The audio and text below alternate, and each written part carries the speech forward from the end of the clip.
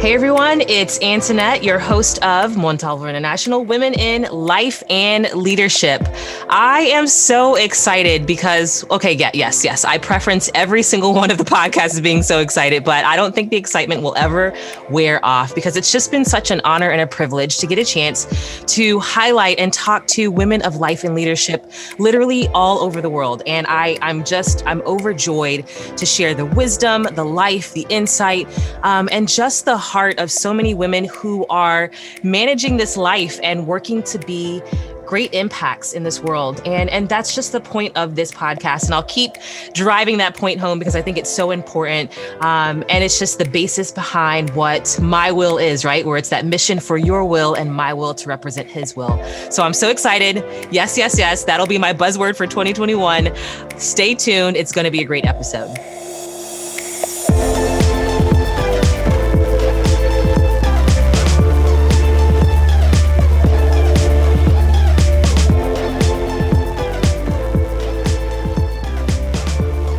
So hey everyone, it's your host Antoinette from Montalvo International Women in Life and Leadership, or My Will, and we are in season 2, brand new series of purpose and passion. And I have already gotten a chance to talk to some incredible women and hear some amazing journeys and stories. And I think the fun doesn't stop, right? Because I think all of us need to hear from so many different people in different life stages to understand, how do I trust God and God's timing and his identity for myself and his purpose that he's instilled in me and the passions that he's instilled in me. And so I know you're going to be amazed by this next guest that I have. We have known each other for many years now. We were just catching up ahead of time before we were getting ready to air the podcast. And it's been 7 years since we've actually gotten a chance to talk to each other. So this has been a beautiful time to catch up. I know that you are going to love getting a chance to hang out with her. She hails all the way from the beautiful country of Brazil. Hi, Laise. How are you? Hi, Antoinette. So happy to connect with you today. It's so good. I'm so glad that we finally get a chance to do this. This is like a special moment for us because we got a chance to catch up a little bit as well as highlight you. So thank you for being available. Oh, I'm thankful for being here and to be able to connect with you today and with your audience as well. So it's an honor to me. Thank you. No, good. Well, I know people are going to really enjoy your journey. And I mean, if anything, I think there's been so many parallels between the two of us, right? I think every time every time we talk to each other, we're like, oh yeah, we're going through the same thing. Oh yeah. Okay. We're going through the same thing again. And that's what's made our friendship so beautiful from the moment that we first got a chance to meet. It's just been this beautiful sisterhood. And I love that about how life brings, a variety of us together from so many different areas and corners of the world. So I'm happy to share you and your journey with everyone else. Oh, couldn't agree more. Yeah. So I don't know if you want to jump in and maybe just share a little bit about yourself. Things that have been important in your life, areas of growth. I don't know. Maybe we'll talk about how we first met as well. But tell us. That's probably a good start too, right? So tell us all. So like Antoinette just said, I'm from Brazil. I was born and raised in Brasilia, our capital. I'm married to Marcelo, like this amazing guy. I agree for you. Who guides me through God like every day. So I'm very thankful for that. And career-wise, I'm a soon to be a lot of things. Like I'm soon to be a neurologist. So I'm about to finish my residency program in neurology. And it's actually in 2 weeks. So yeah, basically neurologist. Yeah, congratulations. Congratulations. And also soon to be a movement disorders fellow, which is a subspecialty in neurology that cares for people with Parkinson's disease, tremors, dystonia, all kinds of challenging diseases in the movement area, body movement area. So this project I will begin on March. So soon to be a fellow. And in my personal life, I'm a soon to be mother. My first child will be born on the summer. I'm very excited. So a lot of good things this year. The Yeah. past year was so challenging, right? I guess for all over the world. And yeah, it's good to have this great start on 2021 with my kid and being done with medical residency, which is great, but it's also exhausting at the same time. And yeah, I'm pretty happy. You have like nothing going on, right? Soon to be fellow, soon to be neurologist, soon to be mother, so many things. Soon. I can imagine why you might be a little bit exhausted. Maybe there's something else like residency and hospitals. But yeah, it's a pretty good stand of where I am right now. All soon to be a lot of things. Yeah. And I think the question that people might be wondering is how did we met, right? Did we meet? Yes. Like, we are from different countries and different stories. And what happened? And I know. I was thinking about this today. Like I was traveling back in time and it's so a lot of good memories. And just to explain, like back on 2012, there was a program in my country called Science Without Borders that granted scholarships for college students that mainly interested in science, especially research. And I was one of these students. And that's the reason that I moved to the United States. I was an exchange student in 2012, I guess, from January to December. And I lived in Philadelphia, I guess, from May to December, and I met Antoinette there. And it was such a beautiful time in my life. Some life change experiences happened. I thought I was going to learn like science, and I actually did. I was very thankful. I was able to do research and to meet a lot of great people, but I didn't know what God had in store for me, this spiritual growth and all the challenge that I had to face, starting with language. As you can all tell, no way, it's English perfect. is definitely at all my native language. So like spoiler alert, you might get weird phrasing, words that don't even exist. Like I did today, like I have just done it like now. Or maybe this word exists, but you cannot understand because of my accent, but we will make this work, right? It's beautiful. Don't even downplay it. Let's make this work. And all these challenges that I had to face, like moving to another country, I didn't know anybody there. And I had to take classes in English without subtitles. Because in my home, when I watched like movies, TV shows, or something in other language, I had my subtitles. So if I had any doubt, I could just read them. It was like simple. But in real life, people, there are no subtitles. So I had to face that challenge. But I think the major one was in my spiritual life. I think soon when we learn about Jesus, we learn that Jesus is the way, he's the truth, and he's the life, right? Like in John in our Bibles. And it's real, and it's a very important step. So first you believe, but the key is you cannot stop in this step. One thing is to believe, and the other different thing is to live what you believe. And one thing is believing that Jesus is the way, and other different thing is walking on this way. You actually going down this way, that route. And at that point in my life, I was a believer for sure. But was I really walking on that way? And God gave me a lot of opportunities to realize that my thoughts of him, like a trust in God, he's my savior, he's my provider, had to match with my actions. How do I face those challenges that happened that came up in my life. And I have two great examples Yeah. of when I realized that I had to live and not just to believe.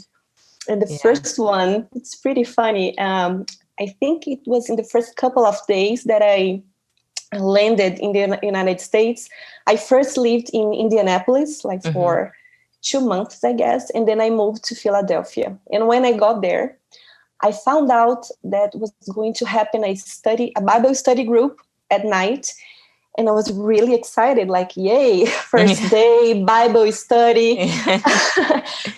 I will have the chance to meet people that have the same belief that I have. So yeah, great. And I got my Bible, my Portuguese version of the Bible, of course. And I went to this study group. And when I got there, the teacher announced, we are going to study today the book of James. Hmm. And I was, book of James. And I was wondering who James is. Maybe some of the prophets of the Old Testament, and I don't remember James. And I was looking at my Bible, where is James? I cannot find this book. And I think someone saw my struggle and gave me the English version of the Bible. And I read it. I realized that James is actually in Portuguese, Tiago. Mm-hmm. So totally different names. And I couldn't find who James was because in my Bible, there was no James. Yeah. Actually, Tiago. And I was, oh, so the names might be different. And then I realized I need an English version of the Bible. So I can, yeah, and it's also an opportunity to learn more English, to compare the Portuguese version and an English version and grow. And I thought, but what Bible should I buy? What version? I want a study Bible. And I met someone. I met a girl called Andrea, such a loving person, and she invited me to know her family, to have lunch with her, and they were Christians. And I asked her mother, she's called Valerie, what kind of Bible should I buy? Because it was from Brazil. My original language was Portuguese. And I was asking for guidance. What Bible should I get? And she looked at me and started laughing. And I thought, oh my God, what weird phrasing am I saying right now? What word? But it was a laugh of joy. She was not making fun of me, but actually it was a laugh of joy. And she said, Laise, you know that a couple of weeks ago, God inspired me to buy this study Bible, but I don't know what was the purpose. Wow. Who should I give this Bible to? Wow. And now I know this Bible is for you. And she gave me like a brand I love it. new study Bible, the MacArthur Bibles. And I was so amazed by the grace of God. I need that Bible, and I was asking for guidance, and he had already this Bible like made for me in advance. And I was so amazed that I believed in theory that God is my provider. But now at that time, I had the true experience that he will provide for me. And it was so amazing. Wow. And wow. The other like life-changing experience and fun fact as well when I had to post a letter in the post office. When I got there in Indiana, I had to apply for a lot of research programs during the summer. And I was trying to get some research in the neuroscience field. So sleep field, so I was trying everywhere in the country, sending emails and mails and letters, applications. But this particular one needed to be by mail. And so I asked for directions to a study in a colleague. So yeah, I need to go to the post office. How can I go there? Is there a post office nearby? And he gave me all the instructions, and I didn't have cell phone, smartphone, or anything back then. So I took like a piece of paper, maybe newspaper, I don't know. And I wrote like, turn left on X street. turn right on Y Street.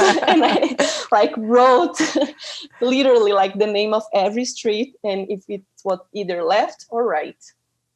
And I thought, well, it was enough, right? I know the name, I know the direction, so no mistake. I will get there.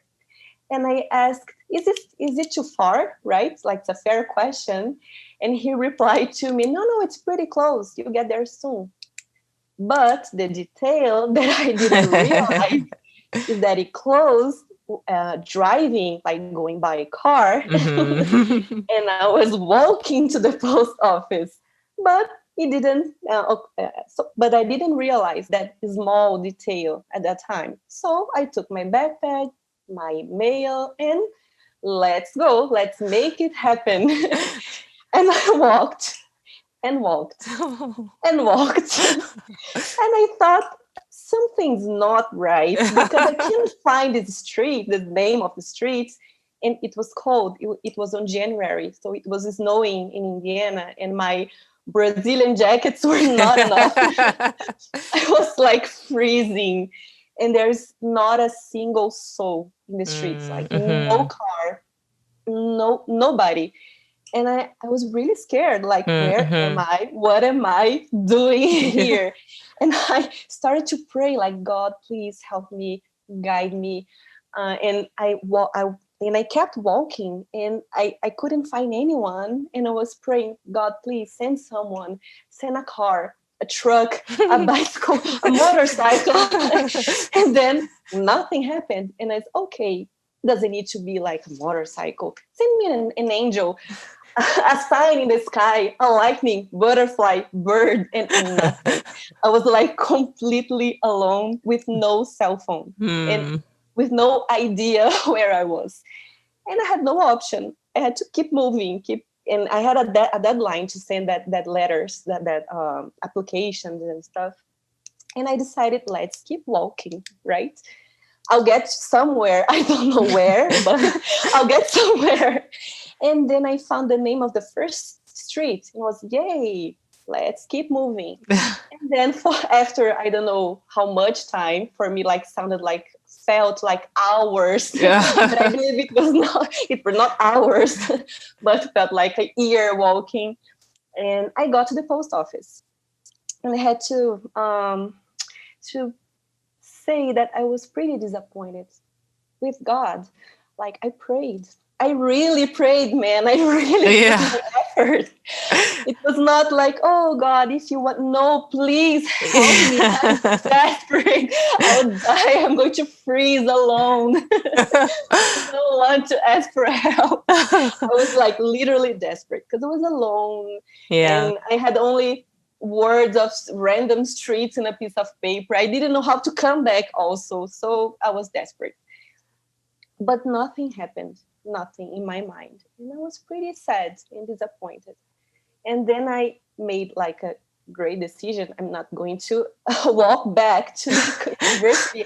I'm going to call a cab, right? There was a phone there. And I thought, yeah, smart move. And I called the cab and I was waiting there. And suddenly the cab came and I opened the door of the car, and the taxi driver looked at me and said, do you know that this taxi belongs to Jesus? Whoa. Do you know I have already prayed for you today? That's why I came. Wow. It's so straight in my face. Wow. And I thought, okay, God. And I cried my eyes out. Wow. I couldn't say anything. He was looking at me. Well, you should be happy this taxi. I know. God, crying. And I told him all the things that I had to face to get to the post office, all this like adventure that I had to face to get there. And we talk about Jesus. He told me his testimony of life. I've never seen this taxi driver like again in Indiana. Wow. But can you imagine? When I got in my dorm, I was so embarrassed. Saying, God, I'm so sorry. Wow. I was so disappointed at you because you didn't send an angel. You didn't send like a motorcycle or somebody to help me. But he literally, he sent a cab, like a taxi driver. Come on, it was even better. Wow. Wow. I'm Yeah, sitting here like with the chills. Like that was amazing. And it's just like hearing yeah. all of that come together is just wow. And I mean, I think that Uh-huh. like just hits on everything and thinking about this series of purpose and passion and just you literally being led here. And I know there were so many additional challenges that you went through and just figuring out where to go, but just these specific ways that God was like, Laise, I have you. Like, I'm Yeah, here. Don't worry. And it's almost like that we feel that in life, right? We feel like such a struggle sometimes because we want an answer in a certain way, or we expect things to happen in a certain way, or we have a plan. And it's not to say that we shouldn't offer plans to God, or that somehow it's like sure. if we say, oh, I'm going to pray and then it doesn't work out, like that's not, I mean, of course you're going to feel disappointed because you're hoping for a certain answer, but it's almost like even in the middle of disappointment, he erases the disappointment and says it's going to be okay. And just hearing Uh-huh. your story, it just reminds me so much of one of the last guests that we had, Tara Evans, who's also a physician, and she was talking about her residency in palliative care and how she, Uh-huh. you know, she kind of went into it kicking and screaming, but then realizing it was exactly where she needed to be.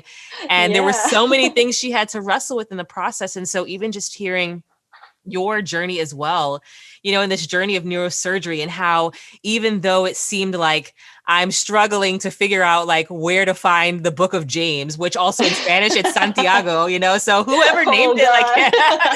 like in Spanish it's Santiago, so it's pretty much the same in Portuguese too. Thank you for the heads up. Yes, Like, yes. This is before we knew each other, so I couldn't have given you a heads up. yeah. But it's just thinking about like even in the middle of challenges where we are literally feeling like we're going to break down and say, God, I know you want me to be here. I know this is a part of my journey, but I don't see you. I don't feel you. I don't sense you. Like, where are you in this? And before you know it, he finds these like beautiful, timely ways to say, I'm with you, even in the struggle, even in the cold, even in the feeling lost and the uncertainty Uh-huh. that you just don't know how it's going to work out. And even if you have to like really put your head down and just keep it moving, right? Like you just had to keep going. And he still said, you know what, even in that, I'm here. And it's like, who would have known maybe if that taxi driver wouldn't have come at the time you needed it, if you would have like cut your journey short, or if you would Yeah. have decided to turn back, like just to have the validation and the affirmation to say, hang on, you know, like just hang on to me, even when it feels beyond you, even if it feels tough and embarrassing and cold and lonely. I'm in the mix with you, even if you don't sense it or Yeah. feel it. So just my heart skipped a beat just thinking about hearing that. Like it was just wow. Talk about life lessons. Yeah, like And experiences, changing that's yeah, experiences, right? absolutely. Absolutely. That's just beautiful. So I mean, just thinking about that. So like fast forward into that, then you're in Indiana, you're in the dead of Yeah. winter. Cold, feeling cold Cold, cold and and alone. lonely. And now you're like making this transition to Philadelphia. And I remember you Yeah. had like a mentor, right? Like there was a mentor or a physician that was with Yeah. you. Tell me a little Yeah. bit about that transition from one place to the next. So when I was in Indiana, I had to apply for a research program. Mm-hmm. But I got in the United States on January, so most of the programs are already like closed. No Mm. applications. The applications I think ended on November of the last year. But Yeah. I didn't know. I didn't even know that I was going to the United Wow. States. So how could I apply in advance? So I got there. And a lot of people told me, "Oh, you're not going to make it because all Hmm. the programs are already like closed." Wow. So and I had to think about strategies because it was a requirement of my program. Yeah. I took the winter term in the Mm-hmm. University of Indianapolis. I took like classes there, and on summer I had to find a research program. They didn't give that to me like, oh, we're going to research in University X. Right. No, it's your job, right? I'm giving you a scholarship, so it's your job to find some place to Yeah. research. Yeah. Like fair, right? Yeah. So I was trying to send applications, but some of the requirements didn't meet the resume that I had Yeah. because medicine in Brazil, it's quite different from the United States. So we don't have the pre-med program. We have Mm-hmm. like a 6-year medical program, Yeah. medical school program. So it's a little bit different. So I didn't have the requirements they asked in a lot of applications. So I thought, okay, I'm not going to get any research programs by this strategy. So I asked God for wisdom. So what should I do? Like, I'm Mm-hmm. here. I know you Mm-hmm. sent me. So what should I do? And then it popped in my mind. God's inspired me. Like, do you know that articles that you read that you find amazing about sleep and neuroscience? And I thought, yeah, I know. Um, why don't you email this guy, this author, like the main author? And I thought, oh, okay, Oh, easy. really? Yeah. Yeah, easy. Like, hi, Dr. Ellen Peck. Like, hi, my name is Laise. How are you? I'm from Brazil. Yeah, I'm here. I just want to research in your lab. Like, unlikely, like, but okay, it was the only strategy that I had left. So Yeah. I only thing that popped in my mind, and I was okay. Let's try. Let's give it a try. At Mm-hmm. least I have to write the email, because the biggest challenge in the beginning of my journey in America was the phone. Oh. Whenever I had to talk using the phone, I was like petrified. I'm not kidding. At Mm. the beginning, when I had to call like for pizza, like, I'm hungry, let's call for pizza. And I said, I want like a pepperoni pizza. And I'm almost not sure if they were getting what I was saying. And Yeah. they asked something and I didn't know what they're saying. And I just answered, okay, yeah, okay, okay. And like, and when the conversation was done, friends around me like, oh, what pizza do you order? I was surprised. But it was especially for me, not for them, it was for me. So I thought, like, pizza is good, right? Tastes good. Is in the essence of pizza being delicious, being to be delicious, right? So there's no mistake. I ate a lot of like mushrooms and pineapple pizza in the journey, and I don't like pineapple pizza, but it was okay. So at least I had to write. I could check like in the dictionary or in the websites and try to make sense of what I was asking. And then I sent like a lot of emails, a lot. I got all the authors of the articles the papers that I found interesting, and a lot of answers. Oh, unfortunately. Oh, thank you for the interest, but yeah, we're not able to have you this summer. And one of them at the UPenn University of Pennsylvania Yeah. replied, oh, okay. Hi, Laise. How are you? Wow. And I was, wow, like the head of the translational research lab. I was, wow, he Wow. answered me. What? And he was, okay, good. I know you like neuroscience. I know you are interested. So let's schedule an interview. And I was, what? Interview? Okay, I was so Wow. excited. By phone. I was, Wow. oh my God. Wow. He Yeah. was going to call me. And I said, okay, cool. What? And I said, okay, God, you know that I can even order a pizza, right? By phone. So what am I supposed to do? And I thought, okay, since he is like a famous professor, he gives a lot of lectures. So I'm going to find his lectures on YouTube, and I'm going to get used with his accent, the way that he speaks, and everything will be okay. All Wow. right. And I researched, like, I spent like 1 week listening to this man, like every day. Wow. All his lectures, like, I'm not kidding. And for my surprise, he was not American. He was from Scotland. So Hmm. he had a very strong accent as well. And I couldn't understand him. Mm. Really, I watched over and over, and it doesn't, I couldn't understand like most of the words. And I said, okay, God, it's going to be even a great challenge. Because first, phone. Second, English. Third, English with accent. Fourth, Yeah.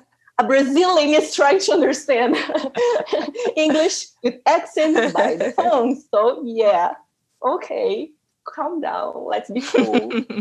And so I was expecting his phone call, and he called me hi, Laise, how are you? And I, oh, hi, Dr. Peck, thank you for calling, blah, blah, blah, blah, blah, blah, blah. He was asking me a lot of questions. I was answering all his questions. And then at the end, he said, oh, so that's okay. Good to meet you. I'll be glad to have you with me this summer. But I want to know the details. And I Wow. was, what? I got Oh, like overwhelming. And I didn't even remember about his accent, about that I wow. didn't speak English very well, that Wow. nothing. It was like we were bros talking like Wow. an old friend.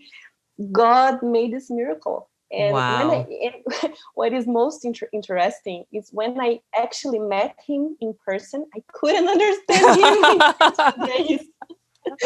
Like God made this miracle. Like he opened my ears, my Yeah. understanding. He Yeah. gave me Yeah. peace. He gave Yeah. me strength and faith, and I could understand everything. Like Wow. just I was so amazed by that. Wow, Lacey, I'm just like in awe because these are here's the beautiful thing about this, right? A lot of these things I'm getting a chance to hear some of the backstory before we actually connected right Uh-huh. now in this very moment. And I'm just sitting here just thinking to myself, wow, God, thank you that you even gave the two of us an opportunity to connect with each other because I Oh, see how he was connecting your steps every uh-huh. single step of the way. And that has been the amazing thing about just understanding life, right? And understanding God's call and saying, you know what? Number one, I'm getting ready to go to an entirely different country. I don't know if I feel comfortable with the language. I don't know how I'm going to meet the requirements because they're completely different. And on top of Yeah. that, I don't even know like where I'm going to start in terms of finding how I'm going to complete this. And you go from ordering a pizza with pineapple and mushrooms to getting into a top neurosurgery research. Like, come on, talk about the amazingness of all of that. And it's like when you are set and destined for where God has you and you are willing to say, you know what, God, I can't do this by myself. Like, I literally can't. And in your case, you're like, I physically cannot do this on my own. And he's like, you Yeah. know what? I got you. Again, if you need a taxi, I'm there. If you need a research paper, I'm there. And that's amazing because you connecting with this university was how we got together because that's the very Yeah. university that God had sent me to, you know, just I think it was a couple of years I had been there prior to you getting there. And even my journey getting there was, you know, I was living out of the country myself. I was living throughout Central America and I felt this like call to move to Philadelphia. And prior to getting there, I was like, what am I supposed to be doing with myself? And started getting all of these wonderful like people while I was living in Guatemala for like from Philadelphia that were traveling Wow. place. And I'm like, okay, I get it. All right, I need to do this. And so just to see how when we're willing to submit and say, you know what? I don't know how this is going to work. This is far beyond me. I Of don't course. know how I'm going to get this done, but I trust you, even in the hard places, even in the places that are like, yes, why don't you try to have a phone interview where you don't even know how to do that? And he says, even in that moment, I'm there with you. And so it just, I mean, it literally brings tears to my eyes because I know there are so many people who are in these places where it's like, God, did you forget me? Or God, this is too hard for me. Or I don't know how I'm going to get through this because this is beyond me. And he's saying, if you're willing to give me this, even in your seemingly weaknesses or vulnerabilities or feelings of inadequacy, he can say, I have the very thing that you need in store. And I will even erase the fears and the anxieties that you may feel away. I'll just erase them and I'll set you up just right. And I'm just, it's just amazing to hear that because those are the encouraging, motivational pieces that we need. These are the things that we need to just keep going when it seems like we don't know how we're going to get through it. Right. And I know there's a lot of people, even in this past year, who were just like, how am I going to get through this? You know, like some people are just like, how am I going to get through this year?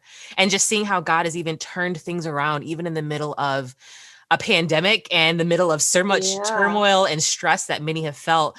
And if you're just willing to say, you know what, I don't know how, but I'm willing to pull on you, God, to help me through this. He's got the way out. And even if it seems like you might be crying your eyes out a little bit, or you might be nervous, he's still got you. And so just thinking about all of that. And then, we got a chance to meet through the mutual Yeah. church that we got connected to.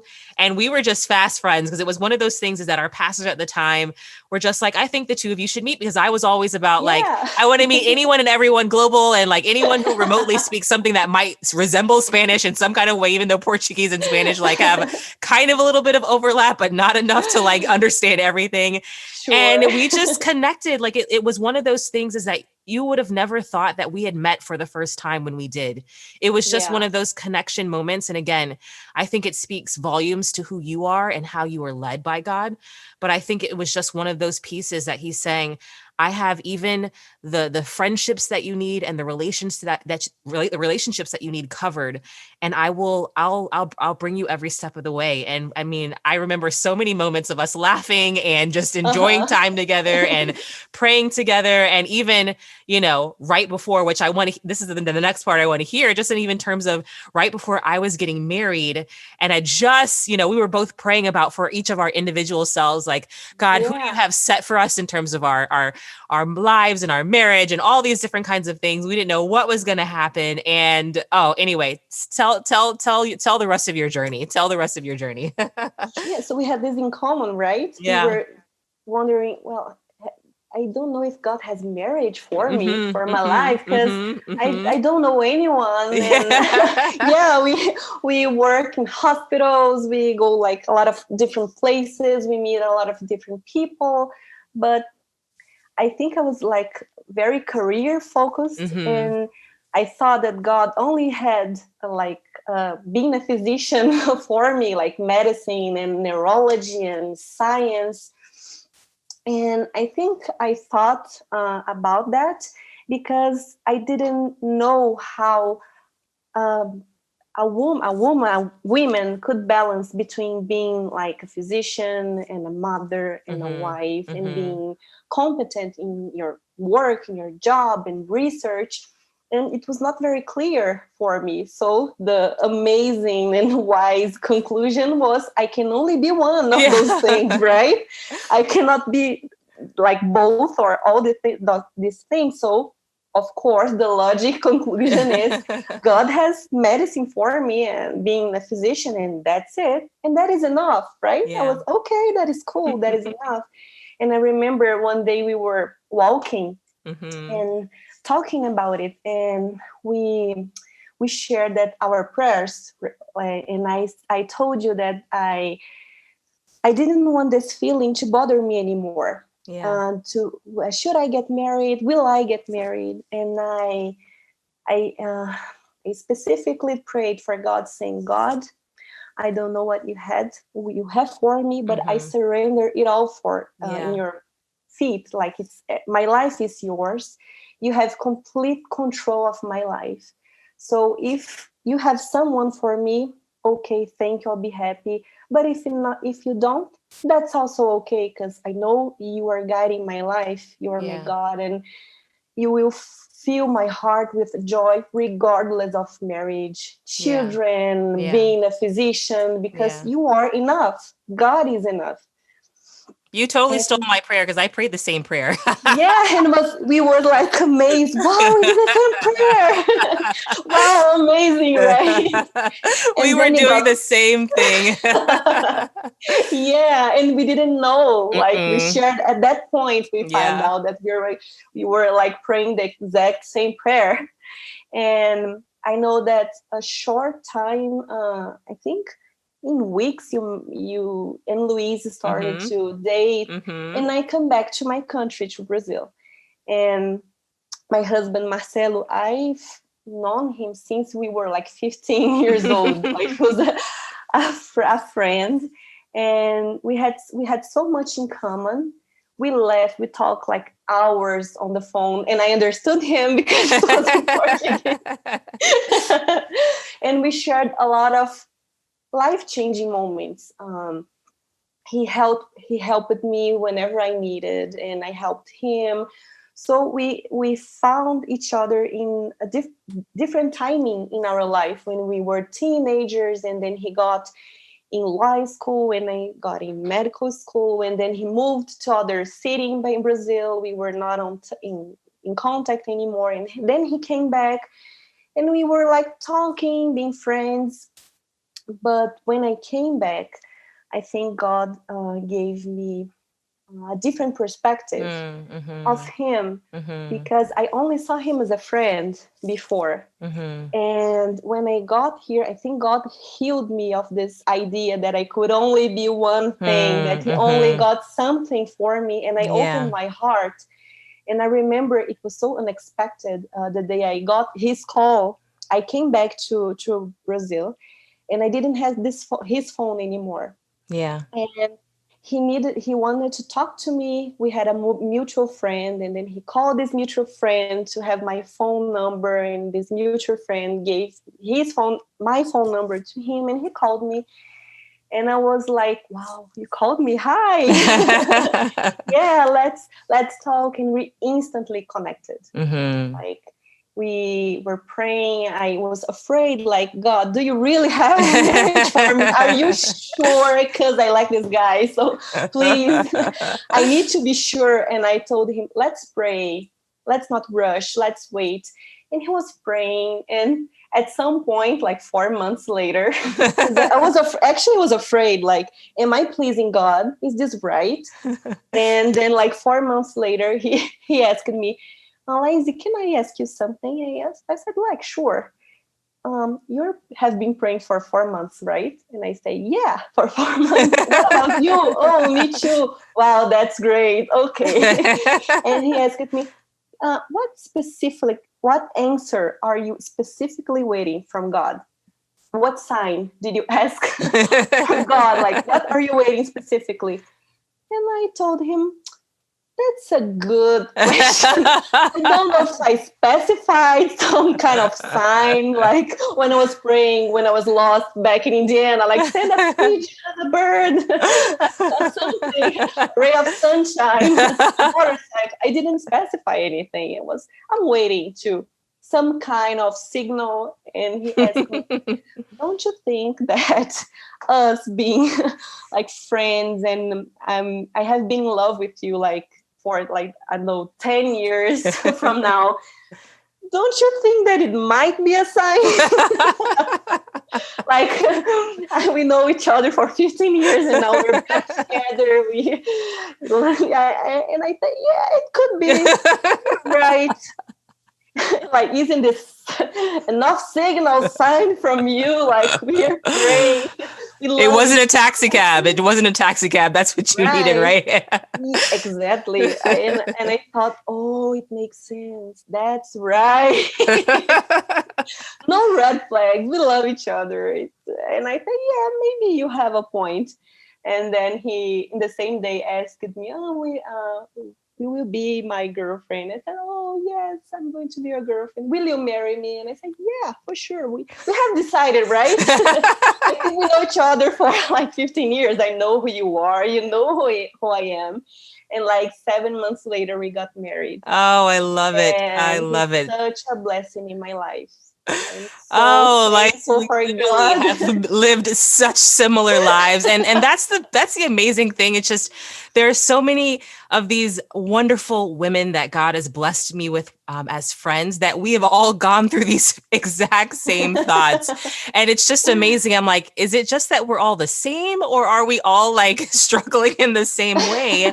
But it's, I mean, it's amazing to see, like, even in those things, right? Sometimes we're looking for these like gigantic billboard that says, Laise, this is what it is. Or like, Antoinette, this is what it is, right? And God is saying, I'm not that complex. Like, sometimes I'm actually very practical. And it's like, oh yeah, you're right. You are practical. And I think we get mixed up in these pieces of God, thinking that he has some, puzzle or trick if we've had to wait for a while, or if we had to complete certain things for a while. And I think that, at least for the two of us, I know it was very important for us to finish certain milestones, you getting a chance to complete this residency and as well as the neurosurgery and research program that you needed to in the US, knowing that, Marcelo was waiting for you back home. Like he needed to complete this chapter in order to get there. And so it would have been, out of order or timing to even figure out how to pull it all together. And I remember those, WhatsApp messages that we exchanged when you talked about, I'm praying for these things. And I'm like, oh, I see where this is going. I see where this is going. But it's just beautiful. It's absolutely beautiful. And even as, you think about now transitioning into motherhood and, those same thoughts, right? Like God brought you from, again, mushroom and pineapple pizza to like marriage, right? Where you didn't know how all those gaps are going to be filled. And of course, there's always still those same questions of, can I still do it all, right? Like, can it still be achieved? Can I be a wonderful mother and a wonderful physician and a wonderful wife and a wonderful friend and a daughter and all these other things, right? So many uncertainties that we have. And I think a piece of it, especially when we don't know the clear path, right? Especially for those of us who might be very analytical and strategy minded, if we can't see all the steps, like for you in neurosurgery, you want to see the steps, you want to see the synapses firing here, here, here, and here. And if you can't see it, it's like, how do I know it's going to work? And God is saying, that's where the beauty of my mystery is. If you are willing to submit this passion of yours and mine, and this purpose that I have for you, watch me work it out in a way that you'll stand back and say, I don't even know why I was overwhelmed by this. And it doesn't mean that you may not have to go through challenges, or you may not have to learn and grow into this new role, that there's going to be balances between, how do you juggle it all in a way that's effective? But he also is just reminding, even in the middle of like telling this story and this journey, he's like reminding you and me that I've done it before and I'll do it again. Like if you're willing to trust me, I will do it again. And so even of course, the unknown and the anxieties and the fears try to rise up, but it's like, I haven't failed you yet. And I definitely don't want to fail you now. And I'm not one who can fail. So just submit this to me even now and watch me do more than you could have even imagined. And I just love how he's taken every step of the way, just mapped it out for you in ways that even now you can see how it's all woven together, like the beautiful signals in the brain, right? Where it's so complex and it's so all over the place. And sometimes it feels like a random firing of neurons, but actually all of those things are coming together to have a beautiful functioning brain that does wonders for the body. And it allows you to move and think and love and dance and enjoy. And it's just seeing that's very much how he orchestrates our life. Right. And I think that's why he's designed you the way that you are, because you are one who will say, you know what, even if I don't see all the pieces, I know something beautiful and wondrous still comes together and happens when I'm willing to trust that this will work out. So oh, I love it so much, so much, so much. So anyway, I know we're like right at the top of time, and it's done my heart wonders to even just have this opportunity, even at the very least, if it was just for me to go down memory lane with you. It's been beautiful. But I don't know if you have any like last thoughts or reflections, or maybe someone who's kind of in the space that you're in right now, any encouragement that you want to share. Yeah, I was about to say that when we were like summarizing all this amazing things that we experienced in the past, I was remember like the King Joseph's prayer. Mm-hmm. And in the book of Chronicles that I believe in English and in Portuguese are basically the same. But I remember when he said, when he was struggling with a threat of war, and then he prayed to God, saying that we are powerless against this great horde that is coming against us, and we don't know what to do, but our eyes are on you. And I think this is so wonderful and strong, because I think most of the time in our lives, we don't know what to do. Things are not that like crystal clear. Sometimes they are, but sometimes I think the most of time, we have doubts. What should I do? Where should I go? What school should I go? What job should I apply? Should I be a mother right now? Should I get married?